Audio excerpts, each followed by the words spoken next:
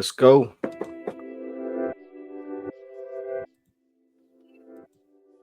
All right, what's up? It's your boy Supreme Car Guy coming at you with this special video. Probably that nobody else is going to be talking about, but I am. Because you want to know the truth, my friend asked me to do this, so I'm going to do it. Because it's a conversation that me and him have.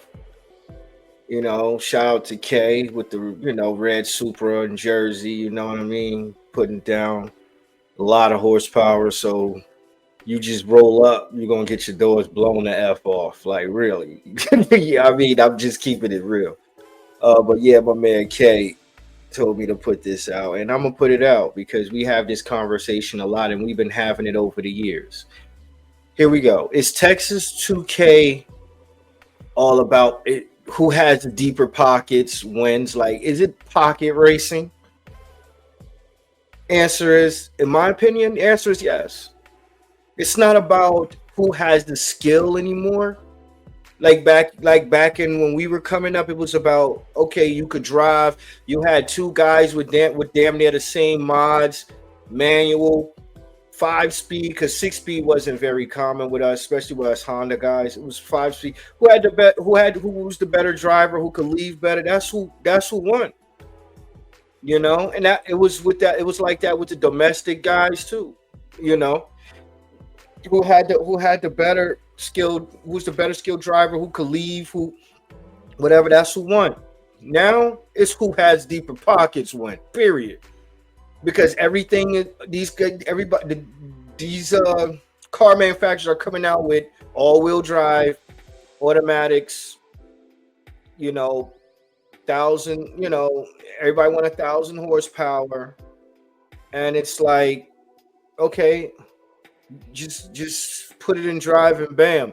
I mean, when it comes to drag race, and automatic is more ideal, but when you're looking at these races like TX2K and all that, because me and my lady follow it, and my friend was there, and he's like, oh, who you see run with the better time with the same car, it's pretty much like, oh, that person spent the extra 5 to 10 grand to get to that better time. Oh, that's the extra 15 grand to get to that better time. Oh, there go another $20,000, because it'll be the same car. One to run an 8, one to run a 7.9, one to run a 7.8, and it's like, that's a $10,000 to $15,000 difference. That 8 seconds to that 7.9 is like a $15,000 to $20,000 difference on what that person spent on a car. It's not how much better of a driver it is, and you see this with the R8s, the GTRs, the Lamborghini Huracans, the Gallardos. I mean, even with the Viper, that's the Viper guys. That's another thing. That's deep pockets. Like, it's no ifs, ands, but these Vipers, GTRs, and these R's, they're putting down 3,000 plus horsepower. And then it's like, okay, now it's getting boring because it's not enthusiasts anymore. It's just shops. And that's where they killed it. It's a bunch of shops just, making these cars 3,000, 4,000. No, it seems exciting in the beginning, but it gets boring after a while. Like, let me just tell you the truth. And this is not just me saying this. This is a number of enthusiasts from back in the day that's like, yo, the game is boring now. It's just all shops, dudes with deep ass pockets just putting down. I mean, and yeah, make as much money as you can, whatever. But it's like, for the regular enthusiasts, it kills their dream. It really does. Because it's like, nobody want to see a bunch of shops go at it. Like we want to go there to get our cars done. We don't want to see them racing. Because let's tell you the truth, they're not going to make their car faster than yours. Even if you got the deep pockets, they're not going to make...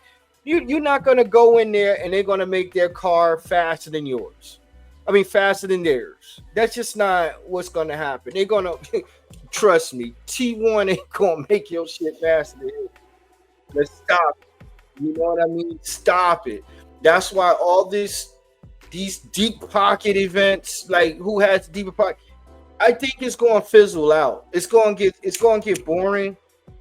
It's getting boring. Trust me, it is. It is. People are having more fun outside of the event than they having in the event. I mean, it's like, how do I say this?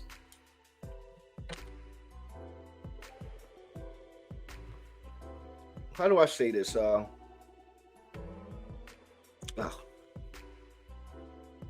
um, let the enthusiasts just have fun, because it kills it for the enthusiasts, man. I'm gonna just be honest with you, like it's I mean, 3,500 horsepower. It's like, come on, man. Do you know how much? And then you have you really giving these new guys coming in false hope. 2,000 horsepower GTR. Do you know how much it costs to make a GTR 2,000 horsepower? Like, I own a GTR. I'm not at 1,000, but I'm up there. I'm up there in power. I'm gonna tell you like this: a R35 GTR, to make a car like that 2,000 horsepower, you're spending over $100,000. What, you over that? You're gonna be way over that. So imagine how much debt you gonna go in and tear yourself up and be effed up. How much of your life you gonna ruin to make a GTR that powerful, bro? It's not realistic for the regular person. You have to have seriously deep pockets, or a shop. Even as a shop, you have to be doing very good to be building cars that like that. R8s and them Vipers making 2,500. It costs way in the six figures to make those cars that fast. Because you're not just making the car go fast in a straight line. You're making the car able to stay together while doing that. So you got to you're going to spend a lot on suspension. You're going to spend a lot of money on brakes. You're going to spend a lot of money on tires. You're going to spend a lot of money, yo. Like, let me give you an example with a GTR, right? People always online, GTR 1,000 horsepower, blah, blah, blah, blah. Like, but what they're not telling you is how much that costs. Like, let's say you want to build a motor for a GTR 1,200 horsepower. That's gonna cost you about what, 30,000, around that, just for the engine build. What puts you over the top with a GTR? You got to build the transmission on top of that engine build. That's gonna cost you 10, 15, or more, depending on who you going to and how much you wanted to hold up, what kind of package you get. So now let's lowball it. Let's say you spent 30,000 engine, 15,000 transmission. Okay, 30,000 engine, 15. You have 45,000, right? You ain't put your turbo kit on yet. So what a turbo kit to be at 1,000, look, 1,000 plus horsepower, a GT 1,000 plus, you around 11, $12,000. You ain't talking about the installation. That's another 1,000, 1,100. So you're around 13 grand. You know what I mean? So you're at around six. You had over 60 just on that. We didn't talk about tires.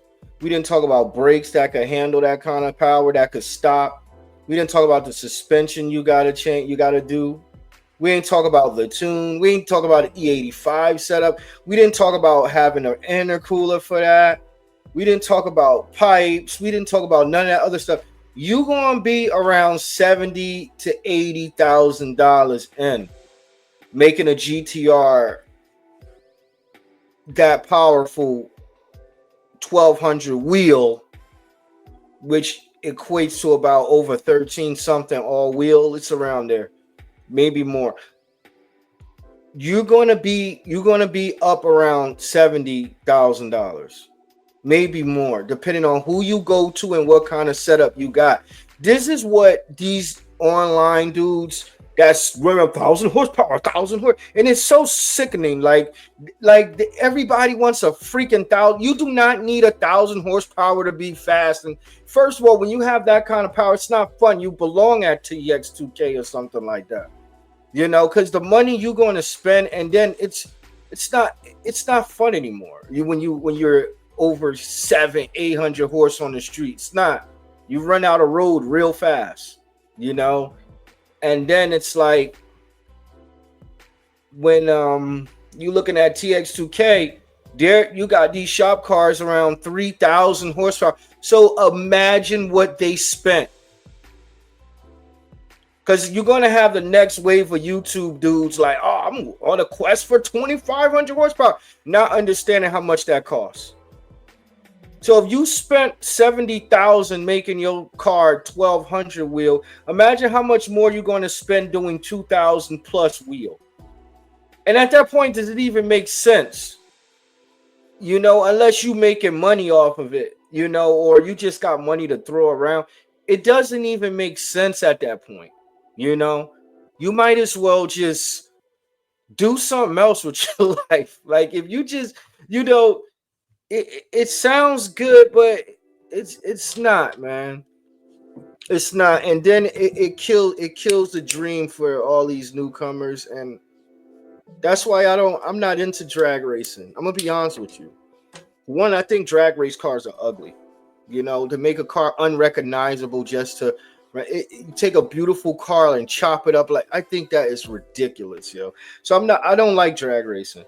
I follow a little bit of it, but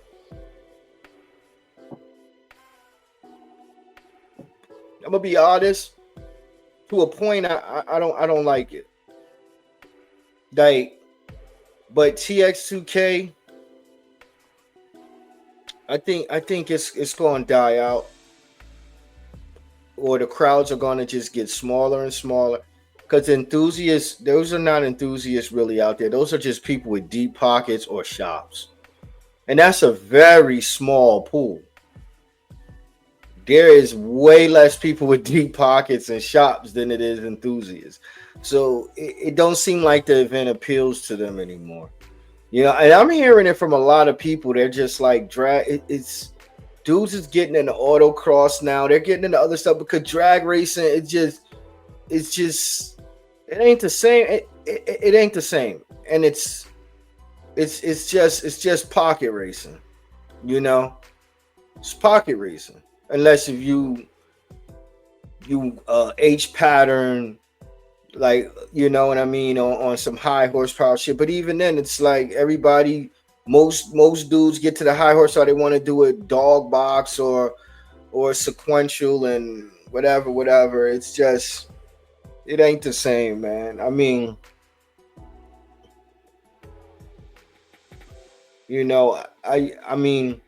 I thought about going to TX2K one year, but from what I hear and what I've seen, like watching it, I don't think it's even worth it. I'm gonna be honest with you, because it's like, me as an enthusiast, it's just like it's like you're lying to me, bro. Like, these are not enthusiasts out here running these times. These are freaking these are the less than 1%. You know what I mean? The half of 1%.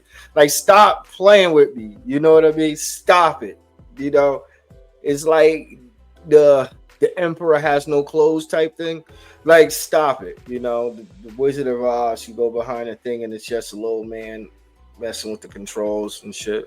That's TX2K. You think it's enthusiasts, you go behind the scene, there's just a bunch of, the half of 1% and shops. Another half of 1%. Like, so it's really like, it's one of them things. You know what I mean? More power to you if you're getting your bread. That's cool, but don't make it seem like y'all are just regular enthusiasts. Just keep it 100. Be like, well, yeah, I own 10 bagel shops. That's why I could build a Viper, a 2,500 horsepower Viper. Just be honest, But That's it for this video, but just like and subscribe, and I'm coming with more and more content about car stuff and some topics people are afraid to talk about. You know, I'll talk about them now. So just like and subscribe, and I'll see you next time. Peace.